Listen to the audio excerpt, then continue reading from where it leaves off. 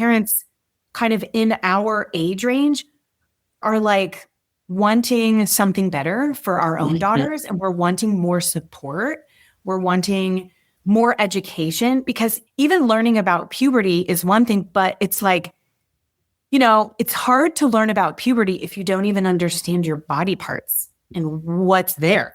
What's happening? Yeah. Yeah. So you kind of can't talk about B before you know there's an A. So that's why I feel like it's so important that you don't just wait until 5th grade to start talking about puberty. Hey, housewives, come on in. You know the dirty dishes are still in the sink from yesterday and the laundry is still in the basket.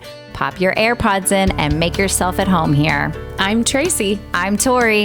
And we are your Unlikely Housewives. Stepping out in faith and believing that God calls the unlikely, we are here to show you the appreciation and validation you deserve, lead you to authentic relationships, and release you of believing the cultural lies to restore your faith and wellness. Pull up those high-waisted yoga pants, tighten your top knot, and reheat your coffee for the 3rd time. Turn up the volume, and let's go.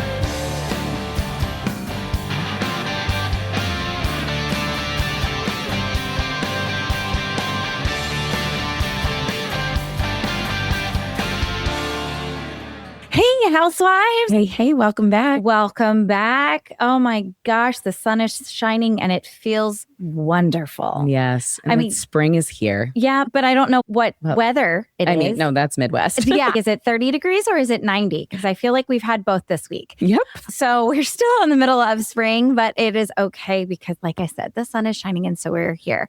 But we have got another fabulous guest for you. And this is one of those fun connections that we got because of just people saying, hey, you know who you need to talk to? You need to talk to them. And this is it. So I'm going to have Tracy introduce her. Yes. Okay. Today we have Annie Wolf with us. She created Girls Club to help educate girls on the anatomy and the magic of their changing bodies. A former elementary school teacher turned girls empowerment puberty educator, she's changing the narrative around the talk and how girls relate to their bodies. Welcome to the show, Annie.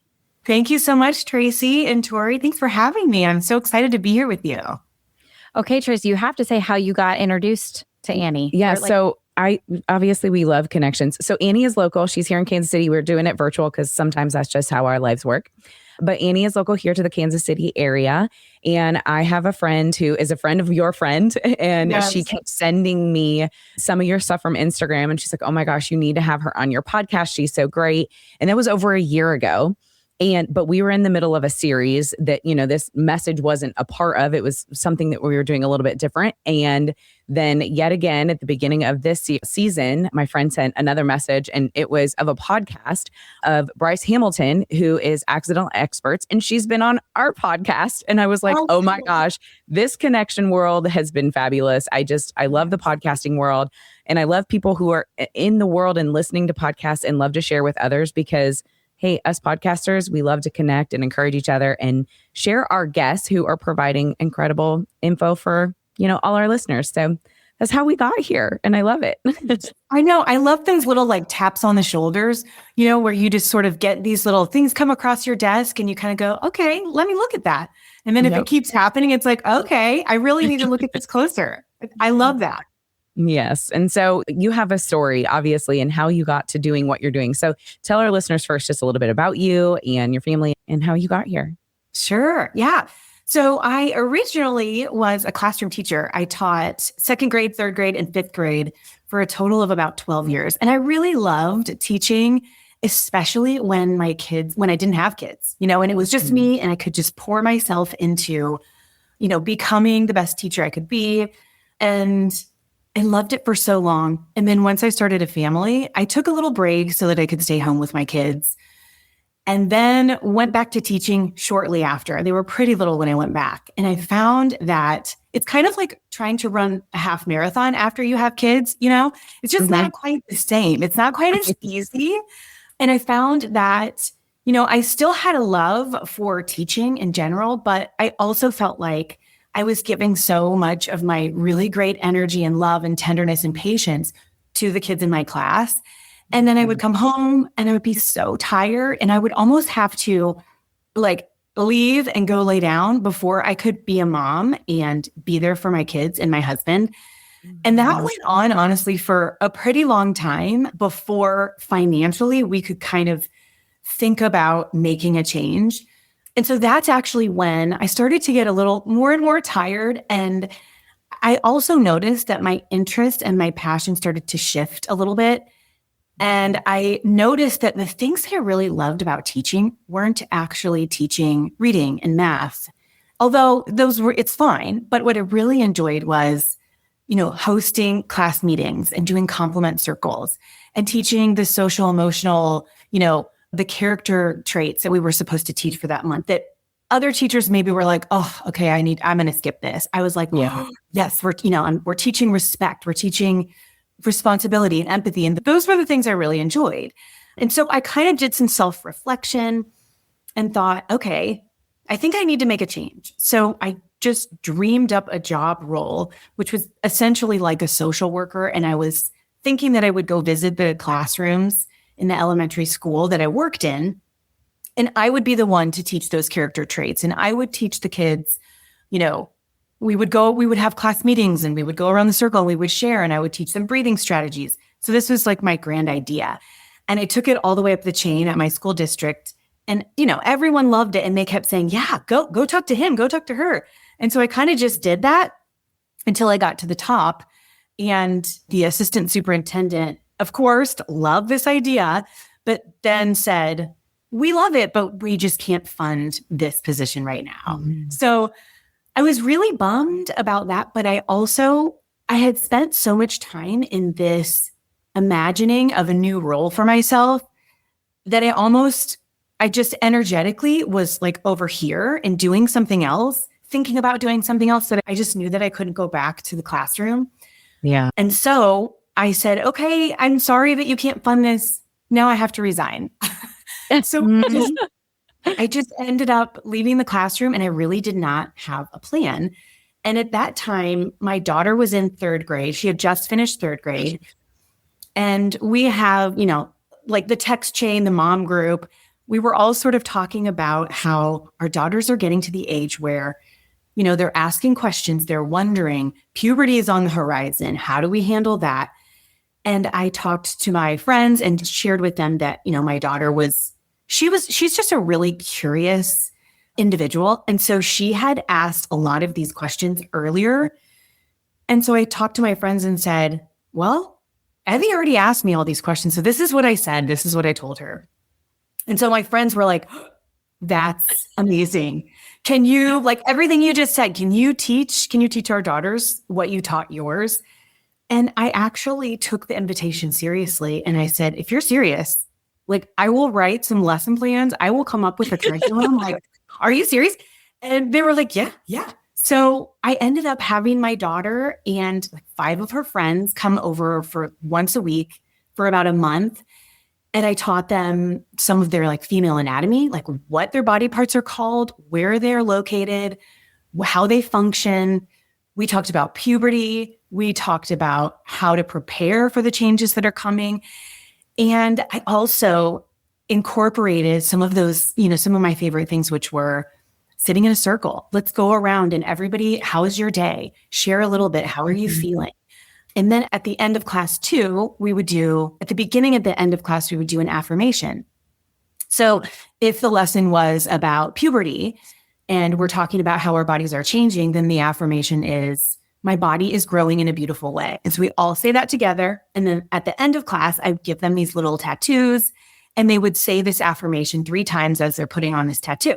So it was just kind of like all of the things that I felt like were important kind of in one class. And the girls ended up having a great time. They're with their friends. It's a small group. Mm-hmm. They get to talk. They get to be, they get to share. And it just was fun. And so honestly, I kind of thought it was just for my daughter and her friends. And after I finished that one series, I thought, I actually think all girls could benefit from this education, from this experience. Mm-hmm. And the moms were so grateful because it opened a door of communication with them. And the girls would come home from class and say, oh my gosh, this is what we talked about tell me more. They would have more questions. And so the moms appreciated that they didn't have to say, okay, sit down. We're going to talk about, Yeah. and it was Yeah. it kind of was a natural way of bringing up the topic so they could kind of weave their own messages in there too. And it became kind of like a partnership, a parent partnership. And then also this really safe space for girls to share, to learn, to be excited about being a girl, to ask questions, to be curious, and all of that. It has a feeling of safety and fun and celebration. Yeah. So I feel like I've just talked for 5 minutes straight, but No, I absolutely love that. I have so many thoughts and questions. So my first was, is your daughter your oldest? Okay. Because I think that plays a part too from a parent perspective. So many of that the talk of the first child like sets the tone for how like the talks go moving forward, right? So that makes a lot of sense in how like you approached it. And then I also was just thinking, as you were saying, like you were doing the circle, the talking, the affirmations, you're just setting your girls up for like, sisterhood of, talking with your friends about stuff, because I remember back when, I first got my cycle and, was going through puberty, like I went to my girlfriends first. I went to my friends first, and it's natural, to have those conversations. And so you help the girls feel comfortable talking about that stuff together. And we all, we all come from different, backgrounds, I guess, as far as like, what was it like for you? Did you talk a lot about it in your home, or was it very quiet and shameful and not shameful, but silent? And, so I do love that you said that. Did you get any feedback from the moms as far as how their talks were in their bubbles and then how it translated to yours? Yes, it's kind of a range, I would say. I've been doing this for long enough that you kind of get both ends of the spectrum. Some girls will come to class and then they'll go home and say, listen to what we talked about today. Here's the period pack I made. And they're so excited to share with their parents. And then there are girls that will come to class and be totally open and then go home and not want to talk at all. Yeah. And I have to say, I have seen a pretty, I wouldn't say strong correlation, but I think when I have younger girls like 3rd grade, 4th grade, that is such a time where there still is such an innocence and they don't have like a self-consciousness. There's not a whole lot of like, oh, how does it sound if I say this? They're not thinking about how they're being perceived as much. They're just sort of like there for whatever you have for them. They're just little sponges and they're really open to the information that you share with them and the way that you share it. So if you're excited about it and you're talking about it, they're like, oh, okay. That's what we're doing. And they just kind of go with it. They take their cues from us as their leaders and mentors and teachers. But then I do notice that the older girls, like 5th, 6th, I've even done some 7th grade too. That's when like the older they get, it's like if you're just starting the conversation in 6th grade, there's a little bit of like an exterior, right? And they don't really want to talk about it. They're sort of like, oh, cringe, I just feel like it's so nice to start when they're in 3rd grade, when you can really give them basic information that's at their developmental stage and kind of meet them where they are. And then it's like the door's open. This is what we're doing. We're talking about this. The conversation's here, and we just kind of like keep it going. And as questions come, the girls find out that nothing's really off limits, and your curiosity is so important, and we get excited. Oh, that's such a great question. It's like, yes, bring your questions to us humans. Don't go to the internet and no, or the love. Do not go to the internet and Google anything, especially if you're like, puberty leads to sex. And if you Google anything, watch out. Dude, we're not doing that. No, the fact that Dick's Sporting Goods, we've had kids Google like, oh, well, I just wanted to look for something volleyball or whatever. Yeah. And then they're, and you're like, don't put in www. You have to put the whole. Terrible. Yes, it is. I remember like a few weeks ago, my daughter was looking up what celebrities have the same birthday as me. And she found one celebrity and she was like, I don't know who that is. And she clicked on it. It was like a porn star. Yeah. And all of a sudden, images. I was like, oh, get out of there. It's was so just bad. So bad. one It's click, so completely bad. innocent. Just like, so what?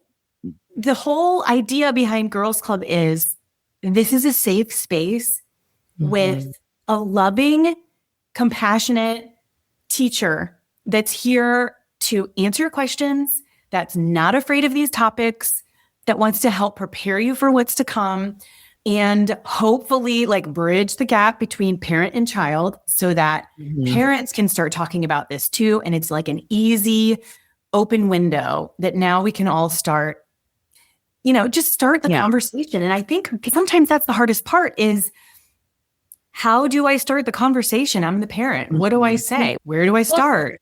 Well, especially since if it hasn't been a topic growing up in the house, like one of the things, I think I've shared this story before here on the podcast about, I was at a like mom to mom thing that it was like once a week, it was fellowship and then Bible study another week. And so it just alternated, but we had the director of the church preschool come in. And she was just talking to us about, like, okay, you're in this new stage of having preschoolers and they're asking questions. And she goes, and if one topic you haven't talked about is sex, you need to talk about sex. And like all these moms were like, what? Already? Yeah. They're like, I can't. Like, Everybody suddenly gets all rigid, right? Right. And I'm like, we all know that you had at least sex once because you have children. That's why you're here. Like, come on, ladies. But especially in a church setting, nobody likes it. It is like, well, we don't talk about sex. And we're like, what? How? We all know how this math worked, right? But anyways, but she was just like, she goes, one of the greatest things we did as a family was start talking. We just talk about it and we don't make it weird. Yeah. She goes, like, it's not like, we're talking about things at the dinner table or like what's inappropriate and things. But she's like, but it's just not it's just another topic for our family. Like and then she goes, as our kids are getting older, she's like, I have found that they're sitting at dinner talking to us about, they're in high school now and they're going like, hey, so-and-so's doing this or that. And they're like, what is that? They're asking the questions because it was just another topic around the dinner table. And that is one of the things that we have always, and I was like, that takes, I'm like, yeah, I think if we start talking about it when they're, preschooler and as soon as they're learning stuff, and then the way you frame it, again, it's only weird if you don't talk about it and you just, and you get this, and the more you talk about it, the less awkward it gets within the family. Like it just, that's one of the things that just like you're saying at the dinner table, it's like, I mean, I don't know what your experience is, but I feel like it just growing up that it just wasn't a topic that anybody wanted to talk about. Religious affiliated or not, nobody really wanted to talk about it. It was kind of taboo, whether it's body parts or puberty changes or sex, like any of those topics. It was like, okay, we're going to give you a little stereotype. Yeah. Right. Like the health education, sex ed class is literally a stereotype of what everybody, the gym teacher that's teaching it, and I feel like I had a health class in middle school and all of that was in it. I think we talked about it. Really? Oh, we had a health class. I'm pretty sure in like 7th or 8th grade, I had a health class and it was in there. Yeah. Like all of it. I had a puberty and sex ed or? Yeah. Okay. I feel like I know I watched videos, and I went back to be a teacher. Long story. Went back to be a teacher. Never taught a day in my life except for homeschooling post-COVID. But so there you go. That's going on. Hold on. There's a whole chapter that you hold on. Yeah, you don't. I'll tell you all that later. All right, that's another episode. See, we've been friends for almost 10 years, and there's things that we'll recover or we discover of each other on the podcast live. So we're like, we'll talk about that later. She was a cheerleader. Again, blows my mind. Blows my mind. You really are surprised I was a cheerleader? No. Okay. Well, we're not going to tangent. But anyway, where was I? See this? I'm sorry. You had a health class. And what they taught. You were saying like you watched videos. Yep. Oh, videos. Okay. When I watched all the videos because I was teaching for a while. And I think they start at 4th grade now. They get it a little bit earlier. It used to be just middle school. Then it was 5th grade, but now they also watch a video in 4th grade. So I would love to know your perspective about, if a parent comes to you or, they're like, oh, my kid watched a video in 4th or 5th grade. We're good. What are your thoughts on that? Well, okay. First of all, let me just say that the videos they show in school are very minimal. They're minimal and they're singing songs like Meet the Near You. And it's like very unrelatable. It's a joke to these kids. They're like, really? And they were made in the 1980s. And not updated.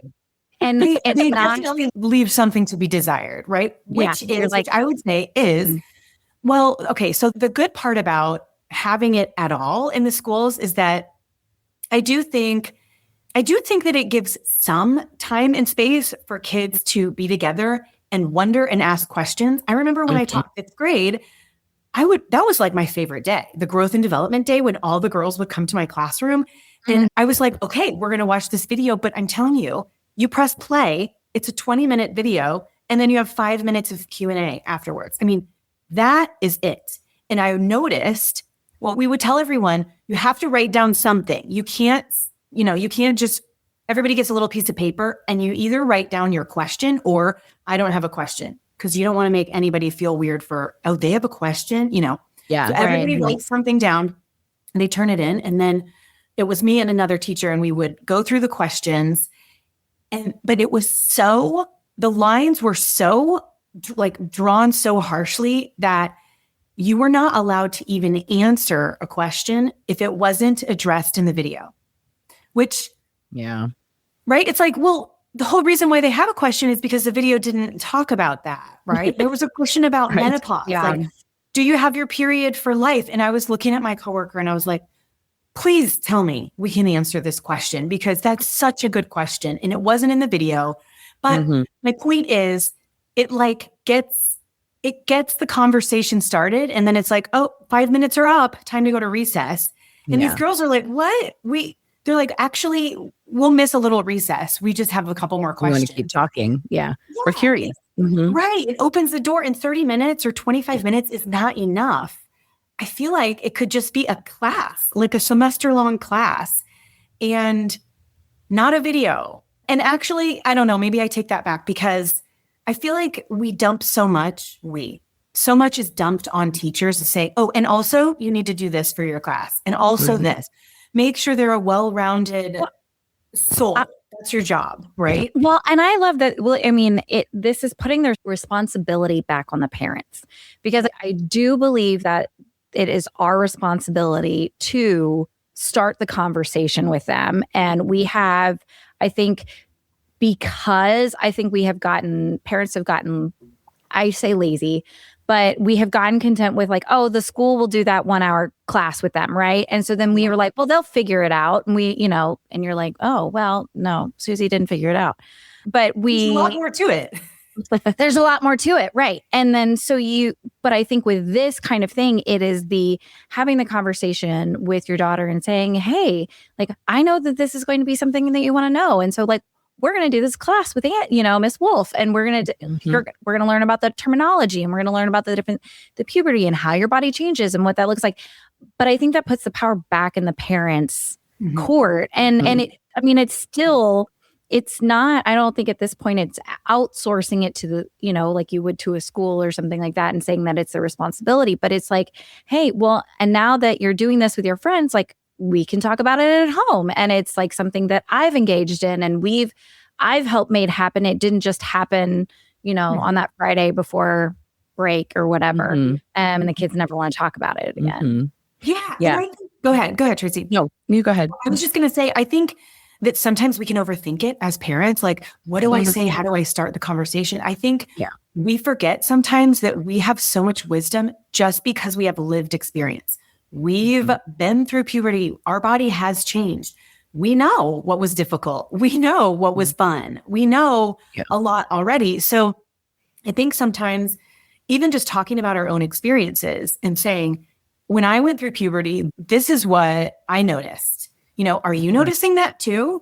Because it's less, I guess, awkward if it's a conversation where you're just sharing experiences, Yeah, that's good. But I also wanted to say too, when you were talking about the videos in class and teaching just a little bit in class, it's like a lot of these videos it's like 4th and 5th grade and 6th grade. It's like, I kind of feel like that's already too late.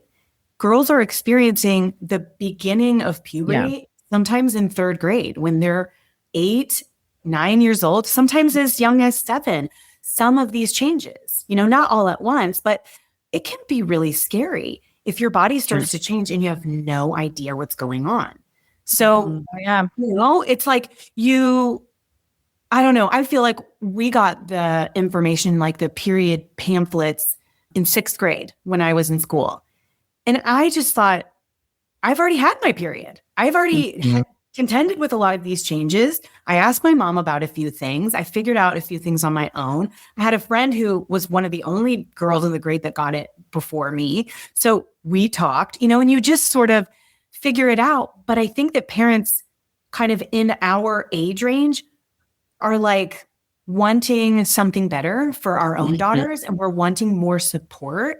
We're wanting more education, because even learning about puberty is one thing, but it's like, it's hard to learn about puberty if you don't even understand your body parts and what's there. What's happening?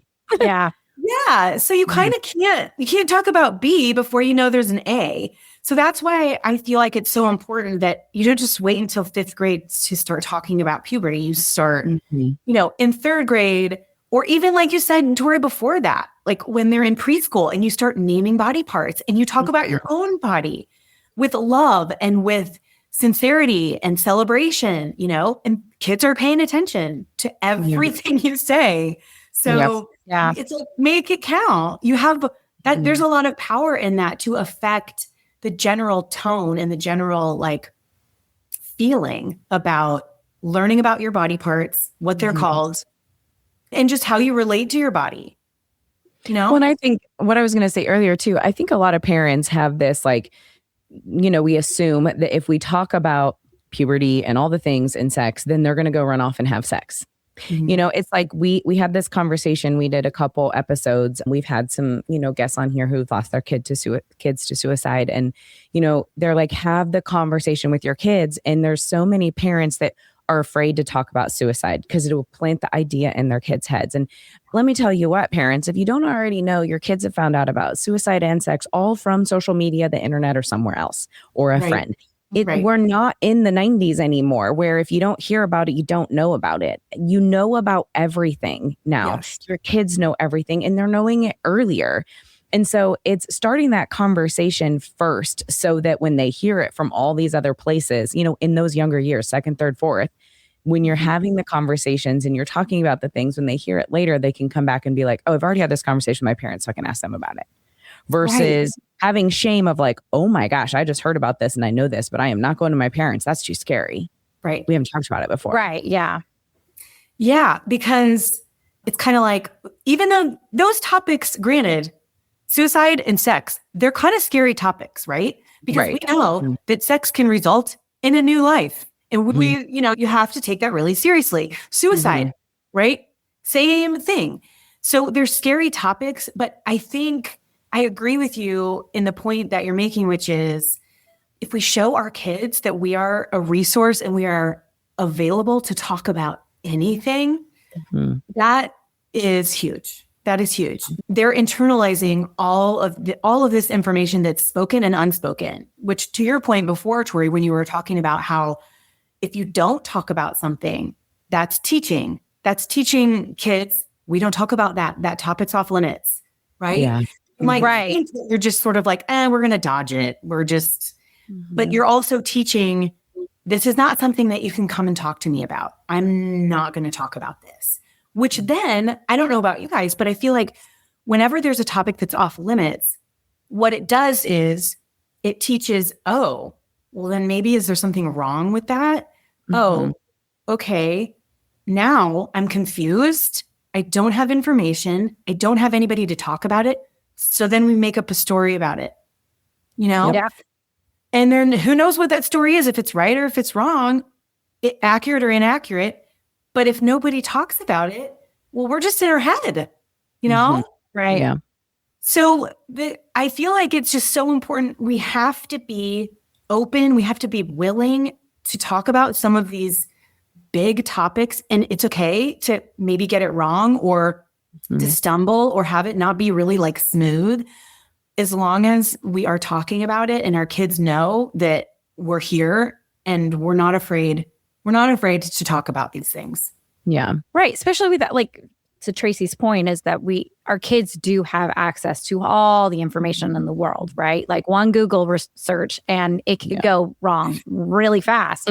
But the fact that if you have, like you had mentioned, Annie, if you have brought it up already, that the kid's like, oh, well, I've already talked to mom and dad about this. Like, this is something that this is a conversation I can return to.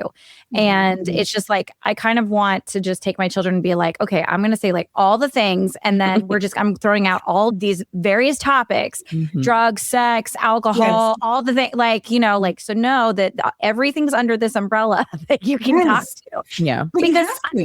Because I would rather them come to me for our values and where we see the importance of things and what God has given us and what he calls to our lives for that information than for them to either Google it or to ask their friend who I don't know what their family values are and what where their priorities are.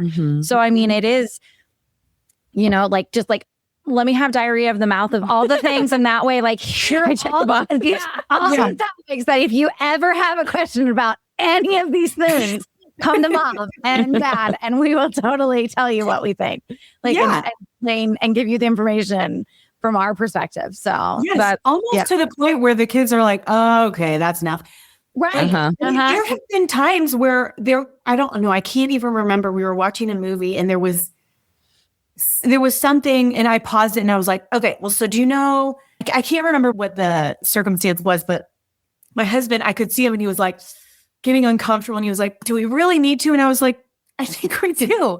Please just like, don't pretend that nothing just happened on the TV screen, Yeah. And it almost is a perfect doorway. Think about all of the things that our kids are watching. Like our kids are, God bless the men that marry my daughters.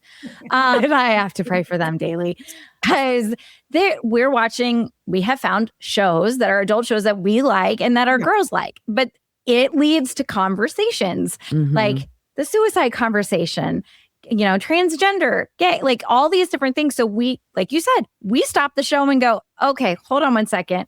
This is where we see this. This is where that lines up. This is our belief because of the Bible, And then it's just like, okay, play. And then you just go back and then that's it. 30 seconds. 30 seconds, right? And it's not like this weird, like, oh, mom's doing the talk kind of thing, like, no. Yeah. Can I just have some more green beans? No, hold on. Mommy wants to talk about puberty a little bit longer. Like, no. At the dinner table, there's a lot of like eye contact or avoidance of eye contact. Yes. When you're watching a movie, it's so easy to be like, and done. And then we go back and everyone can just move on. Right. Yes. And your story just reminded me of, I had in one of my girls club classes, I had a girl say, I have a question for you, but I want to ask you when it's just the two of us. So whenever we have a break, I have a question for you. And I was like, ooh, this is going to be a good one. I always get excited, right? So she asked me, she was like, hey, I was watching a movie with my family and I saw there were two people kissing and they were kind of like kissing a lot. And she was like, I felt something. And she was like, what was that? Right? Oh, yeah. And she was like, I asked my mom and she was like, I don't know. So I thought I would ask you. And I was like, first of all, her poor mom, of course she knew. She just didn't know what to say. She didn't know how to respond. Yeah. So I was like, yes. Okay. First of all, that is perfectly normal to see people kissing and to feel something. It is what you're seeing on the screen is a sex-related interaction.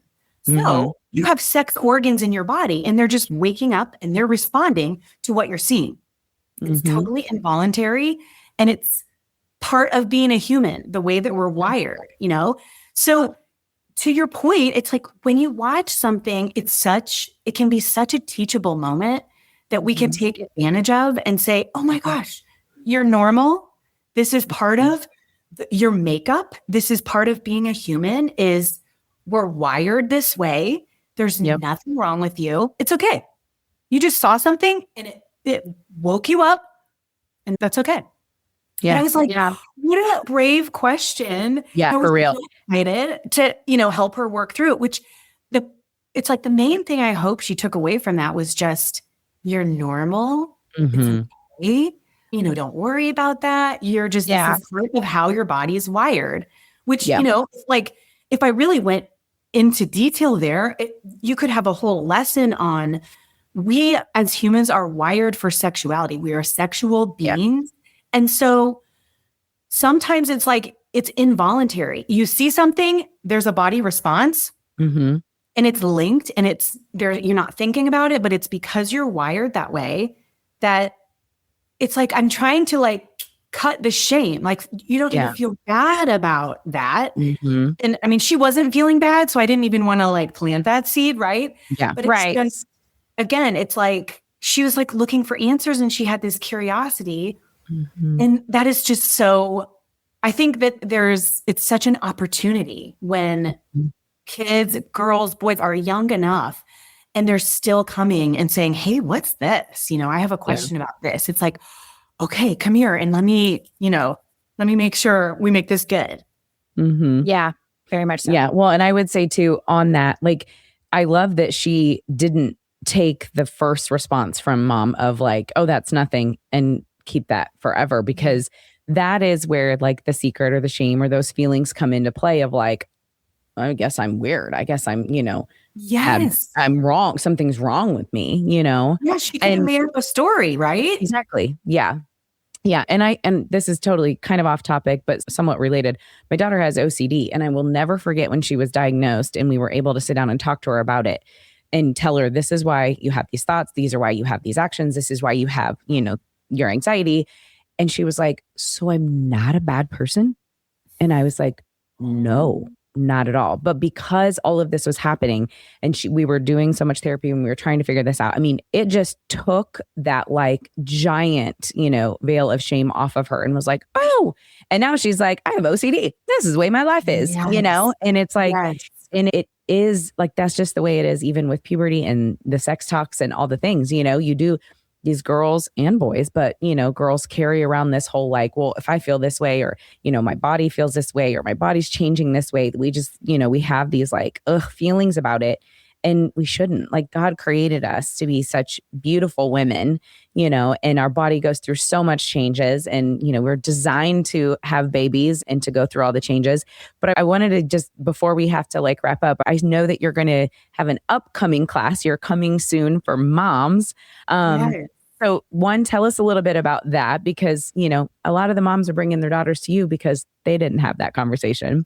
And then the secondary thing I'd love for you to add before we have to close is, you're local, so you can do those classes here but people are listening all over the world. How do they get resources and where would they go to learn a little bit about this as well? Yeah. Okay. Great questions. So yes, the moms who are putting their kids in girls club they're almost like, oh, I'm sad I didn't get this. When I was a kid, I wish I would have had this. And so I did create Women's Club, which is basically a class for women to learn about their bodies. There is still time to learn about our female bodies, what our body parts do, where they are, how they function, how they serve us. And then we talk about pleasure versus desire, sexuality. We talk about living fully into our lives and saying yes to the things that we really want to say yes to, saying no to the things we want to say no to. A lot of us are moms. And so we've spent a good chunk of our lives really in caretaking mode. And maybe now we're coming up on, okay, my kids don't need me quite as much. What do I want out of life? Can I be a good mom and a good partner and still live the life that I want and thrive and, do things that I enjoy? And do I have a career that I want? Do I want a career? What do I want out of life? And so this is kind of the umbrella of Women's Club. And I have a partner right now. Her name's Jewel Anderson, and she is a licensed clinical counselor. And so she kind of brings in the emotions and the defenses that we have that kind of get in the way of us living the life that we want. And then I kind of bring in the body and the celebration. So we've been working together teaching Women's Club, it's like 5 classes over the course of 5 months. And that's what we're doing right now. So we're talking about maybe doing some more for moms who really want the Girls Club experience, but for the themselves, adult version of ourselves. And then also I have had just recently on Instagram, I had a reel that went viral and a lot of interest from other people either wanting resources about how to help their kids, their daughters learn about puberty, learn about sex, learn about, body safety and protecting their body. And then there have been people that have asked, I want to teach girls club. I want to do this too. I want to lead these groups in my area. And so right now, I actually have a wait list that I've created. It's just through social media right now, or you can go to my website and you can have access to the wait list. And so the class will be available like sometime in mid-April, and then I'll run a teacher training. So I will teach people how to lead these groups, what the curriculum is, how to run the class, how to set up a safe space, how to ensure that the girls feel, that there's a predictable environment and it's fun and their friends are there. And, this is what we teach. This is how we teach it. So it's a teacher training, which is really exciting for me because I love that for you. Yes. I was thinking, I was like, this is so full circle. Here it comes. Yes. So I'm really getting to still use my teacher gifts, and just the thought of other girls in other areas having this experience and have it not just be local to Kansas City. Yeah. Makes me so excited because, I just feel like it's important information and education, but just the whole experience is something that I'm just so excited to be able to give other women the opportunity to teach this, and other girls everywhere the opportunity to have this experience. And also, I will say, as a teacher of this material, it's been really therapeutic because I'm able to teach girls some of the things that I wish I knew.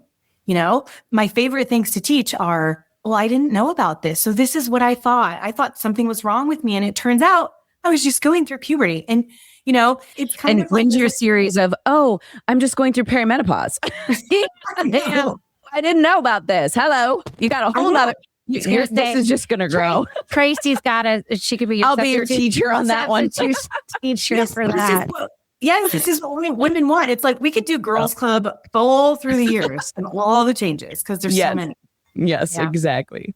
Okay, so give everybody your social media handles and your website where they can find you. Sure. So Instagram is juicy.wellness.woman. And then my website is www.girlsclubkc.com. So those are the two places you can find me. Awesome. Well, I just want to say thank you so much for joining us today. And I'm glad that this finally came to fruition from all the connections and just making it happen of all the things. And I just want to say thank you so much. So we'll have your Instagram and your website in our show notes for our listeners. And great. Anything else, T? No, we're just so thankful that you shared. And we love that you listened to your calling and just followed your heart and your passion. And I just love what God's doing and turning all of this into a new story for you and a new passion. And I love it. So that's exciting for you. Well, thank you so much for having me. This was a really fun conversation. So we appreciate it. Absolutely. All right, housewives, until next time. Bye. Whether we made you laugh or cry today, we pray you feel appreciated, bolder and braver than yesterday, stronger and more faithful for tomorrow, and living in who you were made to be today. Join our online community on Facebook, link in the show notes, and be sure to review and subscribe on Apple Podcasts or wherever you enjoy listening. Until next time, housewives, we give you permission to walk confidently, free, and to be intentional in your slippers or stilettos.